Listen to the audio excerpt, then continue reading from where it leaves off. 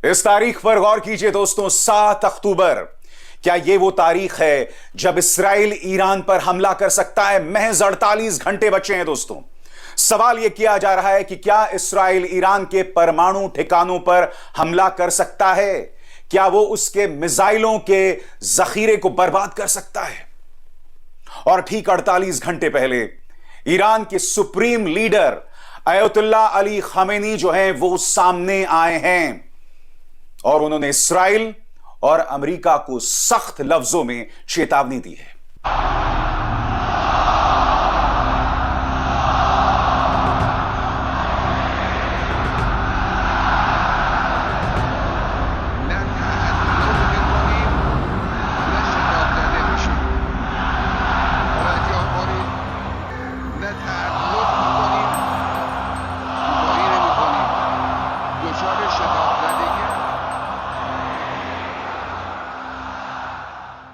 नमस्कार, मैं रवीश कुमार। ईरान के सुप्रीम लीडर रहबर मुअज्जम सैयद अली हुसैनी खामेनेई की तकरीर शिया समुदाय ही नहीं, मुस्लिम जगत के सभी फिरकों और मुल्कों में गूंज रही होगी।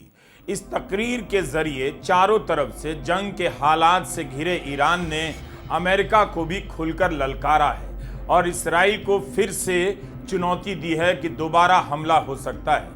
खामेनेई ने कहा कि सभी इस्लामिक देशों को एकजुट हो जाना चाहिए क्योंकि हमारा दुश्मन एक ही है और वो इसराइल है।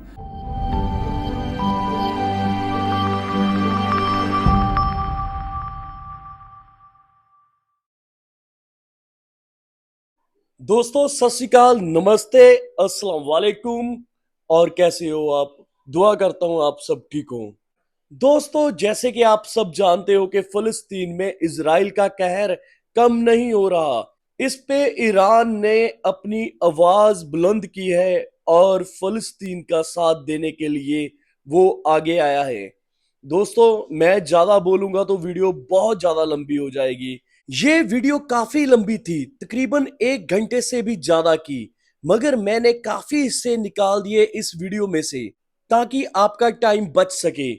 अब आप इस वीडियो में जो जरूरी बातें हैं सुनने वाली वही देखोगे। इसीलिए आज की वीडियो में हम सुनेंगे देश के धाकड़, सच्चे, ईमानदार, जिन्होंने अपना जमीर, अपना आप नहीं बेचा, जिनकी मैं बहुत कदर करता हूं, सत्कार करता हूं और उनको सलाम भी करता हूं उनकी सच्ची पत्रकारी के लिए। अभिसार शर्मा एंड रवीश कुमार जी हमें डिटेल में बताएंगे क्या सब चल रहा है और किस किस का हाथ है इसके पीछे। आइए सुनते हैं। पूरी जानकारी के लिए आपको वीडियो पूरी देखनी पड़ेगी। इस तारीख पर गौर कीजिए दोस्तों, 7 अक्टूबर। क्या यह वो तारीख है जब इस्राइल ईरान पर हमला कर सकता है? महज 48 घंटे बचे हैं दोस्तों। सवाल यह किया जा रहा है कि क्या इस्राइल ईरान के परमाणु ठिकानों पर हमला कर सकता है? क्या वो उसके मिसाइलों के जखीरे को बर्बाद कर सकता है?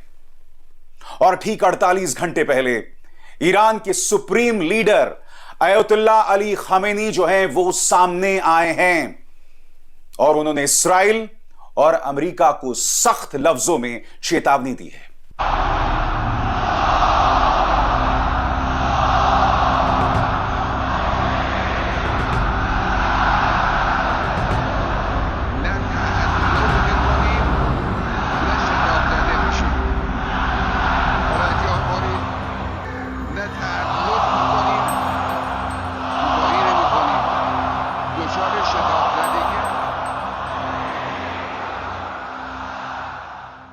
नमस्कार, मैं रवीश कुमार। ईरान के सुप्रीम लीडर रहबर मुअज्जम सैयद अली हुसैनी खामेनेई की तकरीर शिया समुदाय ही नहीं, मुस्लिम जगत के सभी फिरकों और मुल्कों में गूंज रही होगी। इस तकरीर के जरिए चारों तरफ से जंग के हालात से घिरे ईरान ने अमेरिका को भी खुलकर ललकारा है और इसराइल को फिर से चुनौती दी है कि दोबारा हमला हो सकता है। खामेनेई ने कहा कि सभी इस्लामिक देशों को एकजुट हो जाना चाहिए क्योंकि हमारा दुश्मन एक ही है और वो इसराइल है। दोस्तों, आज मैं आपको बतलाने वाला हूं कि क्यों इसराइल के निशाने पर ईरान के परमाणु ठिकाने हैं। जो सबूत सामने आ रहे हैं अमेरिका से, वो होश उड़ा देने वाले हैं दोस्तों। आपको अंत तक मेरे इस कार्यक्रम में रहना होगा। मगर ईरान के सुप्रीम लीडर ने सख्त लफ्जों में चेतावनी दी है, और यह चेतावनी सिर्फ इसराइल के लिए नहीं, यह चेतावनी अमेरिका के लिए भी है। उनका सामना आना बहुत जरूरी था, क्योंकि एक लंबे अरसे से उनकी आलोचना की जा रही थी कि कहीं इसराइल के डर से वो दुबक कर बैठे तो नहीं हुए हैं। मगर फिर ईरान के सुप्रीम लीडर सामने आते हैं और देश की जनता के सामने, दुनिया के सामने ये बयान देते हैं। वो तमाम इस्लामिक देशों से एकता की अपील कर रहे हैं। उन्होंने क्या कहा, एक एक शब्द पर गौर कीजिएगा आपकी स्क्रीन पर। ईरान के सर्वोच्च नेता अयतुल्ला अली खामेनी ने 4 साल में पहली बार जुमे की नमाज के दिन दिए गए अपने संबोधन में इस्लामी देशों से एकजुट होने की अपील की। उन्होंने ईरान के दुश्मनों पर इस्लामी दुनिया में विभाजन के बीज बोने का आरोप लगाते हुए इसकी निंदा की। साथ ही इसराइल पर किए गए ईरान के बैलिस्टिक मिसाइल हमलों को भी जायज ठहराया। अयतुल्ला जिस वक्त ये संबोधन दे रहे थे, उस समय मुसल्ला मस्जिद में उन्हें सुनने के लिए भारी भीड़ जुटी हुई थी। खामेनी ने अपने संबोधन की शुरुआत इस्राइली हवाई हमले में मारे गए हिजबुल्लाह के शीर्ष नेता हसन नसरुल्लाह को याद करते हुए कहा, अफगानिस्तान से लेकर यमन तक और ईरान से लेकर गजा तक और लेबनान तक इसराइल ही हमारा दुश्मन है। इसराइल मुसलमानों को बांट रहा है, लेकिन उससे लड़ने के लिए सभी को एक साथ आगे आना होगा। खामेनेई ने कहा कि इसराइल हमास या हिजबुल्लाह से सामने से नहीं लड़ सका, इसलिए बम गिरा रहा है, नागरिकों को मार रहा है और हत्याएं कर रहा है।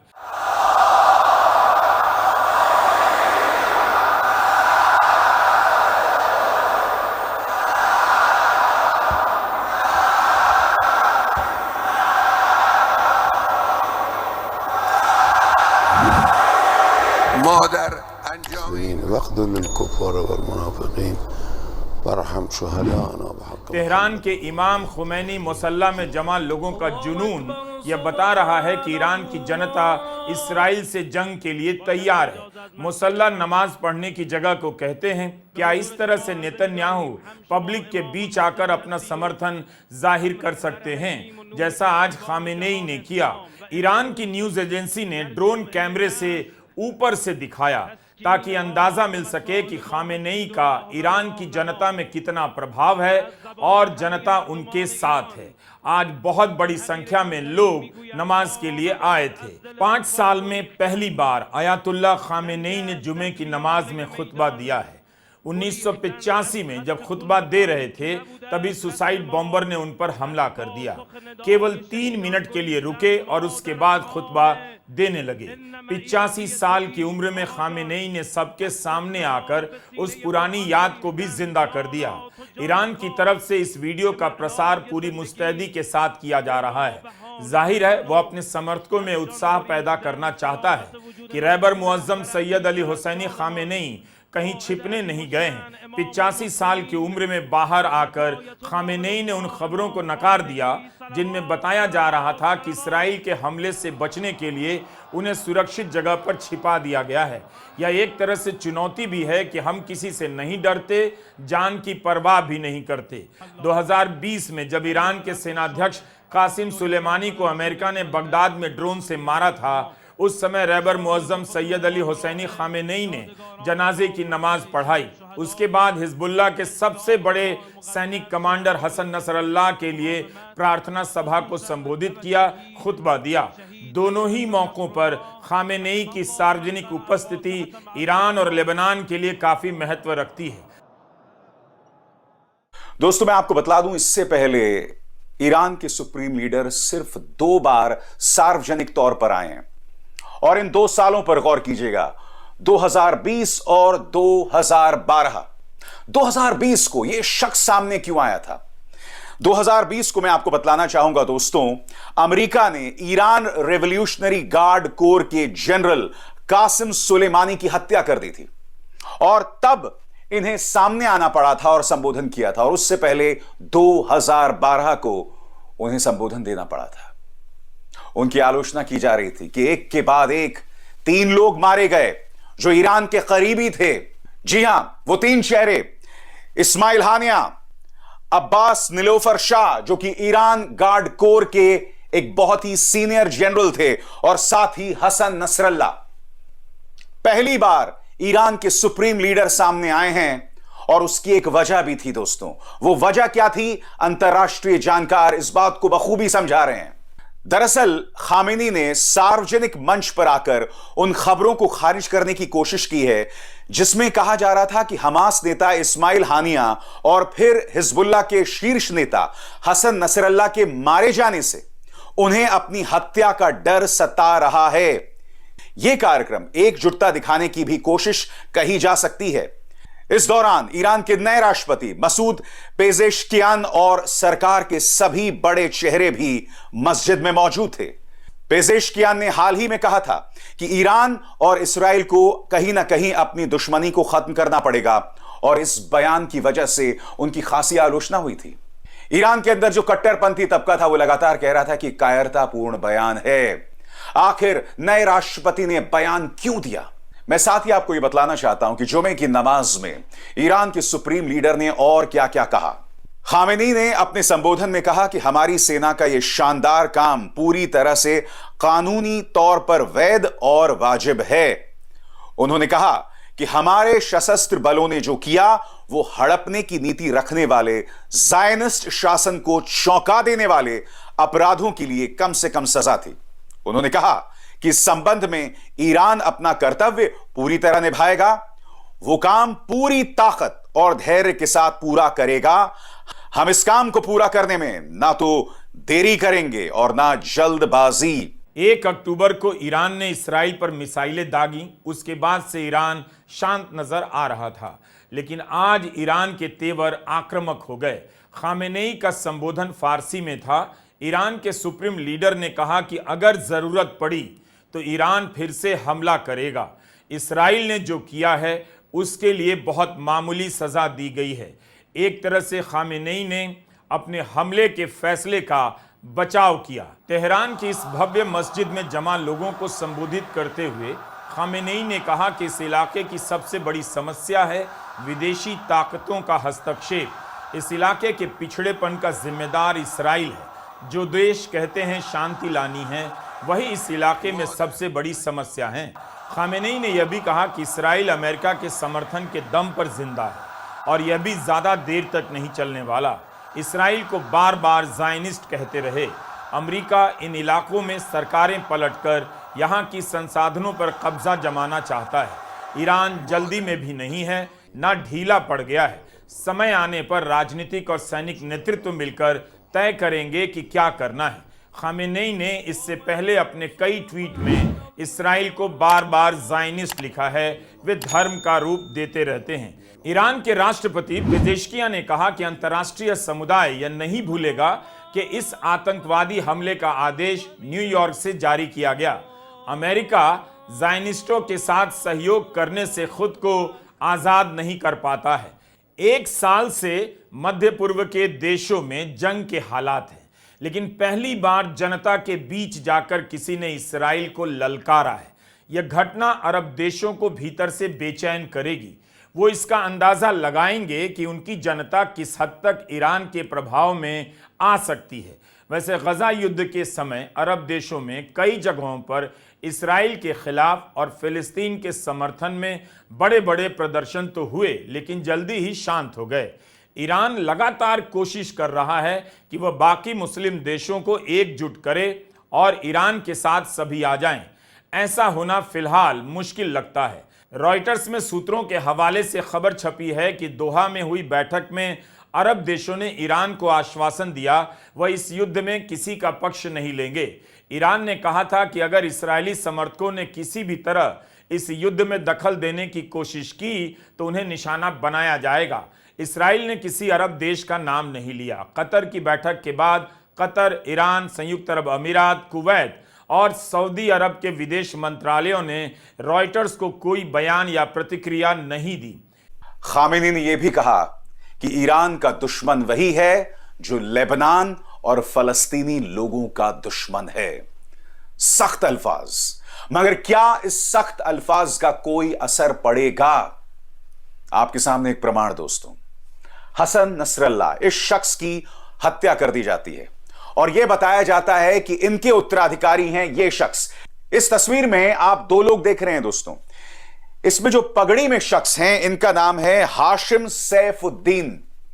हाशिम सैफुद्दीन कहने को ये नसरुल्लाह के उत्तराधिकारी थे, मगर गौर कीजिएगा मैं थे शब्द का इस्तेमाल क्यों कर रहा हूं, क्योंकि इस्राएली समाचार पत्र हारेट्स ने दावा किया है कि एक मिसाइल हमले में हाशिम सैफुद्दीन भी मारे गए हैं। यानी कि कहा जा सकता है कि ईरान के लिए एक और बड़ा झटका। क्या वाकई खाड़ी के देश अमेरिका को अपनी जमीन का इस्तेमाल नहीं करने देंगे? यह कोई मजाक हो सकता है या इसमें गंभीरता भी है? खामेनेई के संबोधन के बाद से इलाके में तनाव और तेवर गर्म हो जाएंगे। अभी इसी का अनुमान लगाया जा रहा है कि इस्राइल क्या कदम उठाएगा। ईरान ने कह दिया जरूरत पड़ी तो दोबारा हमला होगा।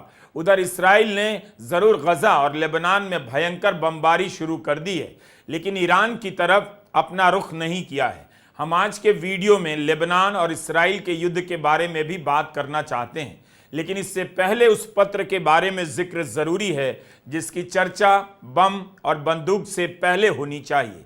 अमेरिका के 99 डॉक्टर, इनमें सर्जन भी हैं, नर्स भी हैं, हेल्थ वर्कर भी हैं, इन सभी ने अपने राष्ट्रपति बाइडन और उपराष्ट्रपति कमला हैरिस को एक पत्र लिखा है। इसी दौर में जब गजा से लेकर लेबनान में लाखों लोग बमबारी में मार दिए गए, विस्थापित हो गए, नेता अपने अपने देशों में युद्ध रोकने की झूठी मार्केटिंग करते रहे, अमेरिका के नेता इस्राइल के साथ दोस्ती निभाते रहे, उसी अमेरिका से 99 डॉक्टरों ने नैतिकता की वो मिसाल पेश की है जिसकी कल्पना केवल गांधी के यहाँ मिल सकती है। अखबार के अखबार बमबारी और तबाही की खबरों से भरे हैं, इस्राइल की शक्ति का महिमा मंडन कर रहे हैं, मगर उन सभी को 99 डॉक्टरों का यह पत्र छोटा कर देता है। ये वो डॉक्टर हैं, हेल्थ प्रोफेशनल हैं, जिन्होंने गजा में युद्ध के दौरान काम किया, वहां की तबाही अपने आंखों से देखी है, युद्ध के बीच वहां के लोगों को इलाज देने की कोशिश की और इनके साथी भी मारे गए। इन डॉक्टरों ने लिखा है गजा में पागलपन तुरंत बंद होना चाहिए। नेताओं में नैतिकता नहीं बची है लेकिन जनता में बची है। तभी जनता के बीच से यह पत्र निकला और अलग अलग देशों में जनता ने इस्राइल के खिलाफ प्रदर्शन किया। पत्र लिखने वाले डॉक्टरों ने कहा है कि वे सभी धर्मों और नस्लों के लोग हैं। उन्होंने 254 सप्ताह तक गजा में वॉलंटियर के रूप में काम किया है और जो देखा है अब देखा नहीं जाता। पत्र बहुत लंबा है, एक एक शब्द पढ़ने लायक है, लेकिन हम इसका सार पेश कर रहे हैं। इसमें डॉक्टरों ने लिखा है कि गजा में तबाही जितनी समझी जा रही है उससे भी ज्यादा है। हमारे अनुसार 1.25 लाख से अधिक लोग मारे गए हैं। यहाँ की आबादी का 5.5% से ज्यादा मिट गया है।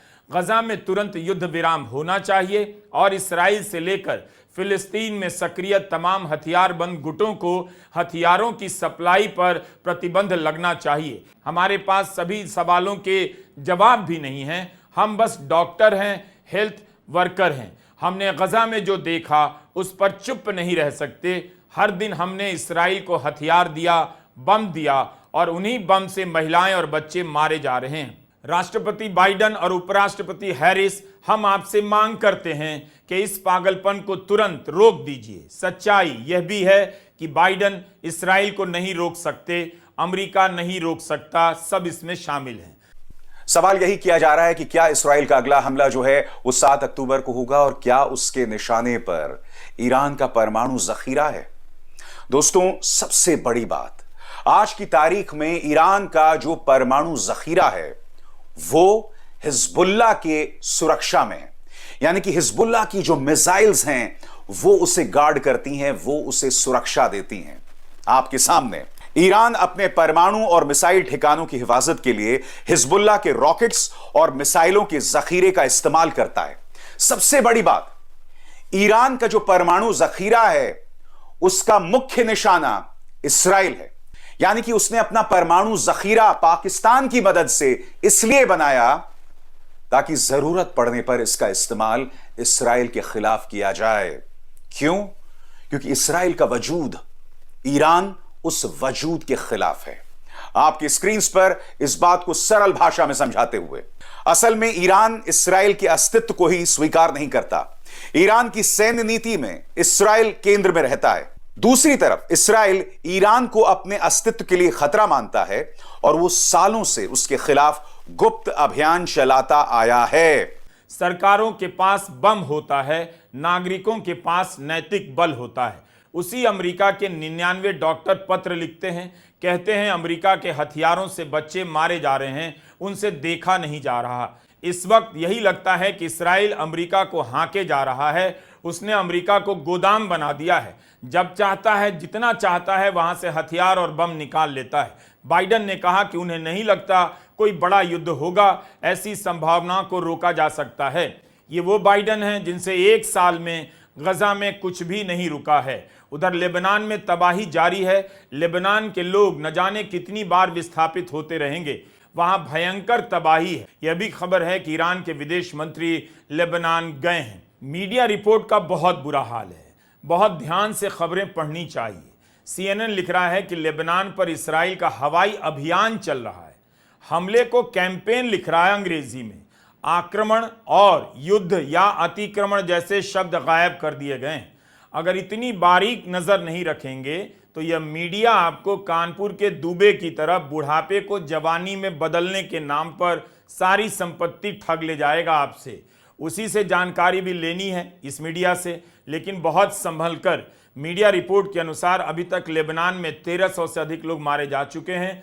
10 लाख से ज्यादा विस्थापित हुए हैं। किसी को पता नहीं तबाही की वास्तविक तस्वीर क्या है और मरने वालों की सही संख्या क्या है। बस रात होते ही लेबनान पर बमों की बारिश शुरू हो जाती है। जानकारों का कहना है कि इस्राएल जिस पैमाने पर लेबनान के ऊपर बमबारी कर रहा है वह गजा पर की गई बमबारी के समान ही है। यानी यहां भी सैकड़ों हजारों टन बम गिराए जा रहे हैं। नेतन्याहू ने 1 साल पहले कहा था लेबनान की हालत गजा की तरह कर देंगे। विश्व स्वास्थ्य संगठन ने कहा है कि लेबनान की हालत ऐसी हो गई है कि वहां पर उनका संगठन भी स्वास्थ्य सेवाएं नहीं पहुंचा सकता। दोस्तों, कार्यक्रम की शुरुआत में मैंने आपसे कहा कि मैं ऐसा क्यों कह रहा हूं कि 7 अक्टूबर को हमला हो सकता है। और मैंने ऐसा क्यों कहा कि अगर 7 अक्टूबर को इस्राएल हमला करता है तो उसके निशाने पर न सिर्फ ईरान का परमाणु जखीरा होगा बल्कि उसके मिसाइलों का जखीरा भी। तो सबसे पहले आपको समझना पड़ेगा कि 7 अक्टूबर के मायने क्या हैं। 7 अक्टूबर वो तारीख जब हमास ने बड़ी तादाद में इस्राएल पर एक बड़ा हमला किया था, जिसमें इस्राएल के कई बेकसूर लोग मारे गए थे। तो यह बताया जा रहा है दोस्तों कि 7 अक्टूबर की जो तारीख है वो सांकेतिक है और इस बरसी पर इस्राएल जो है ईरान पर हमला बोल सकता है। अमेरिकी अधिकारी लगातार इस्राएल के साथ संपर्क में हैं और उनसे सवाल पूछा जा रहा है कि अगर आप ईरान पर हमला करते हैं तो क्या आप उनके परमाणु जखीरे पर हमला कर सकते हैं। दोस्तों, CNN की यह खबर बहुत अहम है। CNN की इस खबर के मुताबिक जो आप अपने स्क्रीन पर देख रहे हैं, अमेरिकी अधिकारियों ने साफ साफ इस्राएली अधिकारियों से सवाल पूछा कि अगर आप ईरान पर हमला करते हैं तो क्या आप उनके परमाणु ठिकानों पर हमला कर सकते हैं। इस सवाल का कोई जवाब इस्राएल ने नहीं दिया है। जी हां, उन्होंने इस बात से इनकार भी नहीं किया है और यह दुनिया के लिए एक बहुत ही खतरनाक खबर है। आपको याद है शेरनोबिल न्यूक्लियर हादसा। आपको याद है हिरोशिमा नागासाकी पर बॉम्ब से हमला, परमाणु बॉम्ब से हमला। उसके बाद क्या हुआ था आप और हम सब जानते हैं। अगर ईरान के परमाणु ठिकानों पर हमला होता है तो यह दुनिया के लिए बहुत घातक होने वाला है। इस्राएल ने अब भी स्पष्ट नहीं किया है कि वो 7 अक्टूबर को कहां हमला करेगा और ऐसे में अगर ऐसा होता है तो यह दुनिया को खात्मे की कगार पर ला सकता है। दोस्तों, 3 अक्टूबर की रात लेबनान की संसद से लगे अस्पताल पर बम गिरा दिया गया, जिसमें कई स्वास्थ्य कर्मी मारे गए हैं। यह सारा पैटर्न गजा से मिलता है। वहां भी अस्पतालों को निशाना बनाया गया और लेबनान में भी यही हो रहा है। जाहिर है हथियारों की सप्लाई अमेरिका से आ रही है और उसके सहयोग से इस इलाके में बेतहाशा बमबारी हो रही है। लाखों लोगों का जीवन तबाह हो रहा है। नेतन्याहू को मनाने की अमेरिका की दिखावे की हर कोशिश अब नौटंकी भी नहीं लगती। उसकी चिंता में लेबनान में मारे जा रहे लोग हैं भी नहीं। हम सभी के लिए लेबनान और बेरूत का इलाका अनजान भी है, इसलिए इस नक्शे को एक बार देखिए। नक्शे पर लेबनान एक बेतरतीब हवाई पट्टी की तरह दिखता है। इसका एक इलाका भूमध्य सागर से लगा है, जिसके किनारे बेरूत और त्रिपोली है। बेरूत में शिया, सुन्नी, ईसाई तीनों समुदाय के लोग रहते हैं। मिली जुली रिहाइश भी है और अलग अलग बस्तियां भी। इसराइल शिया बहुल इलाकों को टारगेट कर रहा है। भूमध्य सागर के किनारे का इलाका खेती के लिए उर्वर माना जाता है, जहां अंगूर की खेती खूब होती है। यहां भी हमला हो रहा है, लेकिन फिलहाल शहरों और गांवों की घनी आबादी तक ही केंद्रित लगता है। याद रखना चाहिए कि गजा को तबाह करते वक्त इसराइल ने वहां की कृषि अर्थव्यवस्था की जान जैतून के पेड़ों को नहीं छोड़ा। लाखों जैतून के पेड़ों को तबाह कर दिया। लेबनान में शिया बेरूत के दक्षिणी हिस्सों के अलावा वक्का वैली और दक्षिणी लेबनान में रहते हैं। लेबनान का दक्षिणी इलाका भी समंदर से लगा हुआ है। यहीं पर है संयुक्त राष्ट्र का बनाया हुआ बफर जोन, जहां किसी की सेना नहीं। इसे दक्षिणी उत्तरी लेबनान का इलाका कहते हैं। यहां कभी 34 दिनों तक लंबा युद्ध चला था। आपको इसके बगल में गोलन हाइट्स दिख रहा है। सीरिया इस पर अपना अधिकार जताता है। संयुक्त राष्ट्र भी यही मानता है। लेकिन 2019 में अमेरिका के तत्कालीन राष्ट्रपति डोनाल्ड ट्रंप ने साइन कर दिया कि यह इलाका इसराइल का है। तब इसराइल में चुनाव होने वाले थे और नेतन्याहू ने इसे अपनी कामयाबी के रूप में भुना लिया। इस समय इसराइल दक्षिण बेरूत के शहरी इलाकों के साथ साथ बक्का वैली के गांवों पर भी हमला कर रहा है। इस इलाके में एक नदी है लितानी। यहां इस समय हिजबुल्लाह की मौजूदगी का इसराइल विरोध कर रहा है।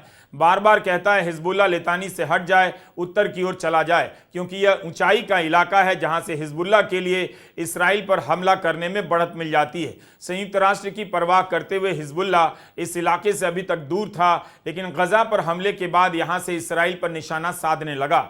इस नक्शे से आपको अंदाजा हो जाना चाहिए कि जिस जमीन पर लड़ाई हो रही है उसके इलाके कैसे हैं। बेरूत के अलावा बेटका घाटी में भारी तबाही मचाई गई है। इसीलिए खबर मैं बार बार आपके सामने ला रहा हूं।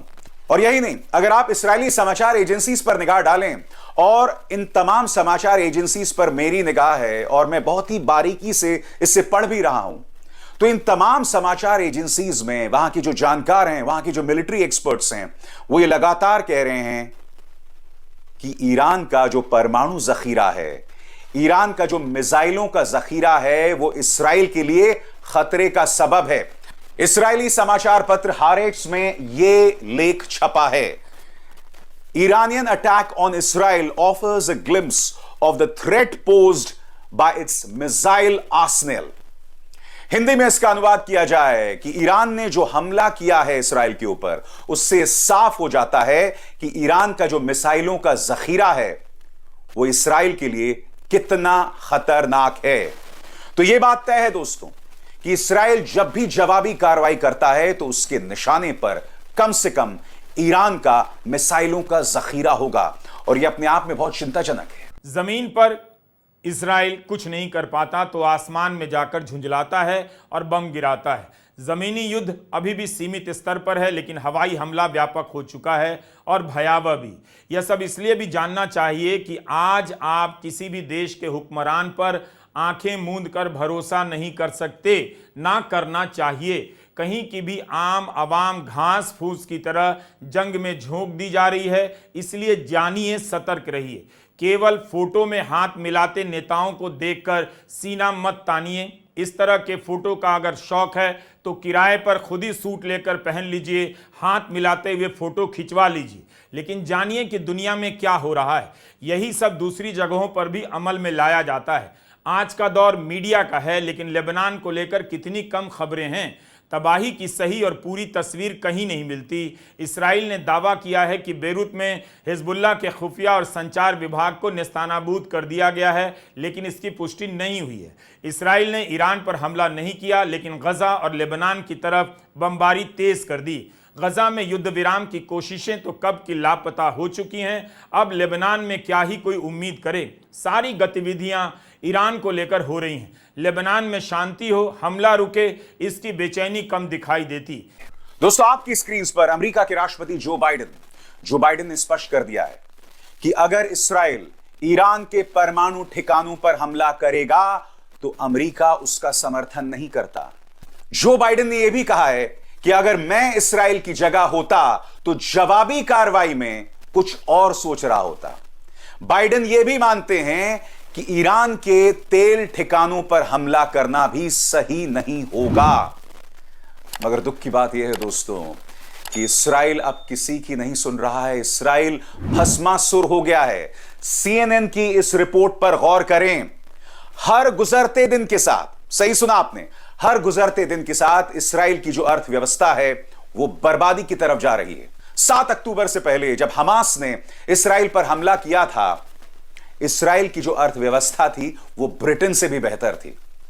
मगर हर गुजरते दिन के साथ जिस तरह से उसने कई मोर्चों पर युद्ध छेड़ रखा है, क्योंकि इसने 3 मोर्चों पर युद्ध छेड़ रखा है दोस्तों, लेबनान, फलस्तीन और ईरान, 3 मोर्चों पर युद्ध छेड़ रखा है और कहीं पर भी अपनी सैन्य कार्रवाई को कम नहीं कर रहा है। नतीजा असर उसकी अर्थव्यवस्था पर पड़ रहा है, यानी कि इस्राइल कहीं ना कहीं बर्बादी की तरफ बढ़ रहा है। आखिर इस्राइल भस्मासुर क्यों बना हुआ है और उसकी अर्थव्यवस्था जिस तरह से बर्बादी की तरफ बढ़ रहा है, इस पर अंतरराष्ट्रीय जानकार क्या कह रहे हैं आपकी स्क्रीन पर। सबसे पहले CNN बिजनेस की रिपोर्ट।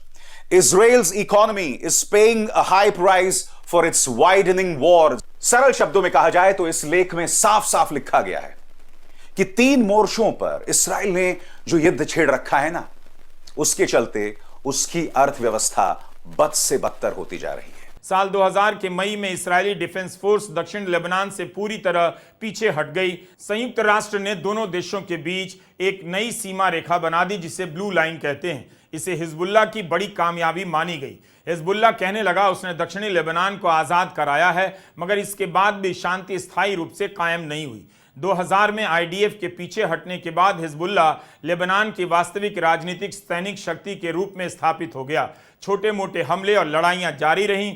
2006 में 34 दिनों का यहां भयंकर युद्ध हुआ। तो इस तरह से यह इलाका अशांत रहा, कमजोर हमेशा रहा और गरीबी भी हमेशा रही।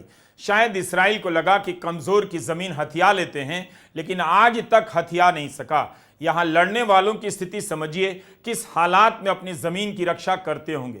इलाके के बचाने और कब्जा जमाने की निरंतर लड़ाई ने सेना के चरित्र को बदल दिया और तरह तरह के सैनिक और छापामार संगठन बनने लगे। इस्राइल के सेंट्रल बैंक के पूर्व गवर्नर कार्नेट फ्लूग ने CNN से बातचीत में क्या कहा आपके स्क्रीन पर। If recent escalations turn into a longer and more intense war, this will take a heavier toll on the economic activity and growth in Israel। यानी कि अगर यह युद्ध जारी रहा तो इस्राइल की अर्थव्यवस्था पर इसका बहुत बुरा असर पड़ने वाला है। ऐसा असर जहां से यू टर्न लेना भी मुश्किल हो जाने वाला है। और मैं आपको बतलाने वाला हूं दोस्तों, इस युद्ध के शुरू होने से पहले इस्राइल की अर्थव्यवस्था कहां थी और अब कहां है। सबसे पहली जानकारी, 7 अक्टूबर से पहले इस्राइल की जो GDP है, यानी सकल घरेलू उत्पाद, वो ब्रिटेन से बेहतर थी। मगर उससे भी बड़ी बात, 2006 में भी इस्राइल ने लेबनान के इलाकों और इमारतों को तबाह किया था। लाखों लोग तब भी विस्थापित हुए थे।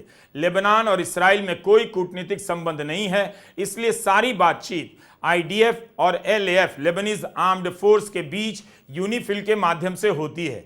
लेबनान के साथ कोई खड़ा नजर नहीं आता ईरान के अलावा। ईरान से निकली इस तस्वीर पर प्रतिक्रियाओं का इंतजार है। कुछ दिनों में ही साफ होगा कि इसके जवाब में युद्ध भयंकर होगा या शांति रहेगी। लखनऊ में भी शिया धर्मगुरु ने ऐसी ही तकरीर दी। आसिफी मस्जिद के मौलाना कल्बे जवाद ने कहा कि भारत का मीडिया हिजबुल्लाह को आतंकी कहता है, जबकि हिजबुल्लाह ने आइसिस और दाएश जैसे आतंकी संगठनों से जंग की है। खामेनेई के संबोधन का विश्लेषण लंबे समय तक चलेगा। सवाल है कि क्या खामेनेई की यह तकरीर मुस्लिम देशों को शिया और सुन्नी के खांचे से अलग कर पाएगी, इसराइल से लड़ने के लिए एकजुट हो पाएंगे। धार्मिक भावुकता अलग होती है, लेकिन कूटनीतिक रिश्तों की जाल में फंसी दुनिया में ऐसा होना फिलहाल मुमकिन नहीं लगता। 1 साल से गजा पर जिस तरह से हमला है, जिसका ब्यौरा अमेरिका के 99 डॉक्टरों ने अपने राष्ट्रपति को दिया है, क्या उसकी जानकारी कतर से लेकर सऊदी अरब को नहीं है? इसी आईने में देखिए तो पता चल जाएगा कि खामेनेई की अपील के बाद अरब देशों पर क्या असर होगा।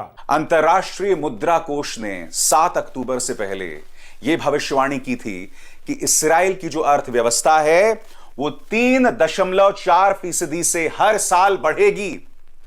अब उसे पलट दिया गया है। अब जो रिवाइज्ड फोरकास्ट है उसके मुताबिक अब इस्राएल की अर्थव्यवस्था हर साल महज 1% से 1.9% तक बढ़ेगी, उससे ज्यादा नहीं। इस्राएल रुकने का नाम नहीं ले रहा है। दुनिया आज एक परमाणु युद्ध के मुहाने पर है। तीसरा विश्व युद्ध दस्तक दे रहा है। इस्राएल भस्मासुर बना हुआ है। कोई भी इस्राएल और ईरान के बीच संवाद नहीं कायम कर रहा है। अमेरिका ने एक कायर देश की तरह अपनी आंखें मूंद रखी हैं, और सबसे बड़ी बात, इसका खमियाजा पूरी दुनिया भुगतने वाली है। भारत को भी इसकी कीमत चुकानी पड़ेगी, क्योंकि कल ही मैंने अपने कार्यक्रम में बताया कि जब तेल के दाम बढ़ेंगे तो भारत के अंदर महंगाई जो है वो तमाम रिकॉर्ड्स तोड़ देगी।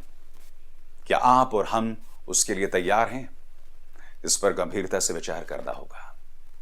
अभिसार शर्मा को दीजिए इजाजत। नमस्कार। नमस्कार, मैं रवीश कुमार। तो देखा दोस्तों, कितने ही विस्तार से सब कुछ समझाया है अभिसार सर ने और रवीश कुमार जी ने। मैं दिल से उनका धन्यवाद करता हूं। दोस्तों, ऐसी खबरें देखने के लिए माई डेस्टिनेशन चैनल से जुड़े रहें। दोस्तों, अगर अभी तक किसी ने सब्सक्राइब नहीं किया तो प्लीज सब्सक्राइब कर लीजिए, वीडियो को लाइक कर लीजिए, शेयर कर लीजिए। तो मिलते हैं एक और नई वीडियो के साथ। तब तक के लिए कमल राजपूत को दीजिए इजाजत। नमस्कार।